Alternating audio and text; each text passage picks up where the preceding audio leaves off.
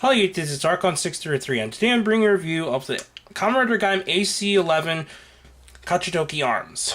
Now, getting hold of this figure was a real pain because I actually had to go through several online stores, missing it out at several stores and so on, and having a little deal with Hobby Search with this one. But anyways, I was finally able to get one, so I'm happy that I did. But anyways, we'll take a quick look at the box for the Kachidoki Arms. It's stylized in the same usual type of, what's it called, arm. It's the arm change series. It's got a nice look at how the transformation is like on the top. Some of the other poses that you can do with it. Unlike the others, this pretty much only just shows, I guess, how each of them kind of look on the other Gaim figures when you combine them and so on. So, anyways, to now look at the figure and its contents. What the contents of the figure is, obviously, the Gaim body, but unlike the other Gaim bodies that we got from the regular Orange Arms and Jimbo Lemon, this thing's actually quite a different mold. Most of the sculpt's still the regular Gaim, but he's got a brand new belt with the Kachidoki lock on it. It's got new arm gauntlets, and obviously a new head sculpt. So otherwise it's pretty much the same Gaim figure that we've been getting. His other contents is obviously the arm change part, which is actually the giant orange. So it actually takes the orange motif to the next level, and it's actually a full-on orange design. The others actually have just pretty much the top part and all that, but this one actually forms into like a ball design, so it's interesting. Also comes with a Muso Saber, which cannot be stored in this figure, but it's mainly just due to combining with the DJ gun. And unlike the other ones, this thing's not painted at all, so it's just a pure blue plastic Muso Saber. The helmet piece. 2 flags for what's it called, the form. A Muso Saber in sword mode, which you attach the... Sorry, I meant to say the DJ gun in sword mode, where you could attach the Muso Saber to. And the regular just DJ gun. To transform this figure, what you gotta do is, first, it has a little bit more to it than other arms change figures. You actually need to transform this prior to combining it with Gaim. You just open up all the panels so that they form into an way so that it can actually attach it to Gaim. The pegs, these things are actually interesting because they actually found a way to peg everything together into the ball mode, though on mine it doesn't seem to peg very well on some of the components, so it's kind of off. And pretty much gets something that looks something like this in a sense. So it's kind of like opened up form and everything. To fully transform it, all you need to do is attach Gaim to the armor. And it's going to collapse over his body when you transform it. So, let's see. To get things out of the way so that it can actually attach properly. Just peg it together. Then you just fold the entire component over his legs. The arms out of the way. Looks like that. Shoulder panels fold down. And this piece here just folds back down, like so. So it just kind of sits them down and lays there. And to finish off the transformation, all you need to do is attach the helmet piece. And there you have Kachidoki Arms in its full body design. Now this is a very nice design. I'm gonna admit that they did for Gaim's mid-season form. It's pretty interesting that the design is already this far in the mid-season form, since mostly this kind of very unique, stylized design is mostly for the final form. So it's cool that we actually got this kind of design already as is before episode 30.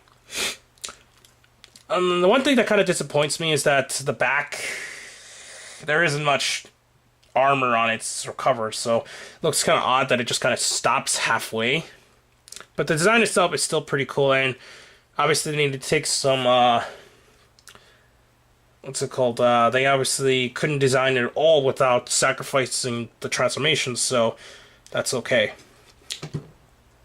Anyway, so yeah, I forgot. You also need to plug on the flags. There's a little hole that's on both of the flags here that goes in this little peg on both sides of the armor.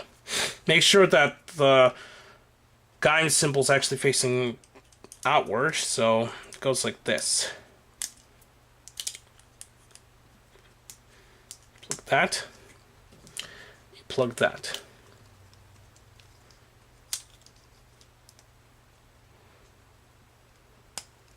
There you have Kachidoki complete. Now, when it comes to terms of articulation, his head is on a ball joint as the other AC figure, so allows full range of movement, but it's slightly hindered due to the helmet piece. Not by much, but just slightly. His shoulder pads are also on ball joints, so it allows a little bit of movement. Since it's big and bulky, it kind of can't do as much as it could. His arms actually aren't hindered that much due to the way that its shoulder pads are in a separate piece. His arms can turn as well. It's got an elbow joint, and his hands can turn, and the hands having two parts of articulating here, so it can do something like that. He has a waist joint, but obviously due to the armor, it kind of is hard to get to. So it's pretty much useless in a sense. His knees are on... What's it called? His knees are a single joint that can go 90 degrees, and his legs are on ball joints now. But once again, the armor hinders it, so it hits against it, so it's also kind of useless. His feet are on ball joints, and his legs can turn.